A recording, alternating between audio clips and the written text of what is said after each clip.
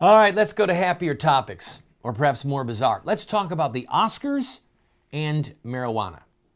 Well, if you saw the Oscars, it was almost a completely godless celebration until that man who was awarded Best Actor, Mcconaughey. Yes, Matt McConaughey did the unthinkable. He publicly thanked God. And of course, he caught heck for it afterwards. There were people who were using all kinds of horrible language against him because we almost made it through one of these ceremonies without someone thanking God, and you ruined it.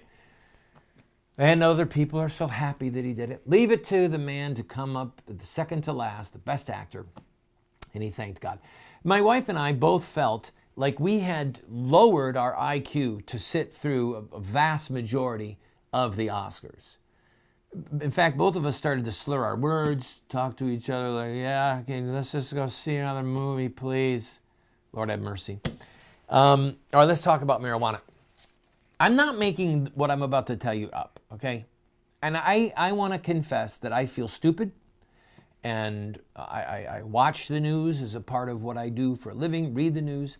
I did not know that some people's debit cards where they get food stamps, I did not know that they could use them for cash withdrawals. I mean, when food stamps first started, you actually had stamps, okay? They sent them to you in the mail. You took them, you tore off certain amounts, and you gave it to the person behind the counter, and then you got food and you went home, all right? We've covered on this program how they're spending their food stamp money on steak and lobster and all kinds of fancy delicacies. I thought that was a fairly significant abuse of the system. Ha! Little did I know. If you're having a bad day and steak and lobster won't do, what do you need? My elbow's hurting, Doc. I need to use my debit card for some weed. I'm not kidding.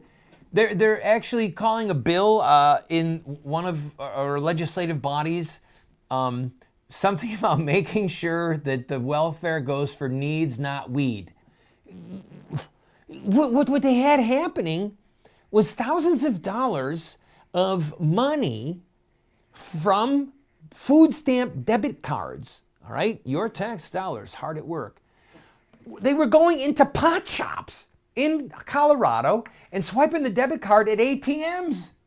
And I'm telling you right now, they weren't buying steak and lobster in the pot shop. They might have been buying brownies. Marijuana brownies. All right, you have to know the culinary tastes of people who want to ingest weed as opposed to smoking it. I'm sure that there's a health benefit to eating it with brownies. Anyway, part of the problem that we're facing in America right now is the inability of good people. I shouldn't say the inability, the refusal of good people due to fear to say a fundamental truth without apology and without equivocation, okay? I know what it's like to need financial help, to need someone to help buy a bag of groceries. Literally, I know what it's like. I don't have a right to ask a government official to put a gun to your head to force you to pay for my food. If you want to give our family a bag of groceries, that's charity. If the government puts a gun to your head and forces you to pay for our food, that's a form of coercion. It's a form of theft. So we have to be willing to say that the whole welfare state is de facto immoral, a violation of you shall not steal.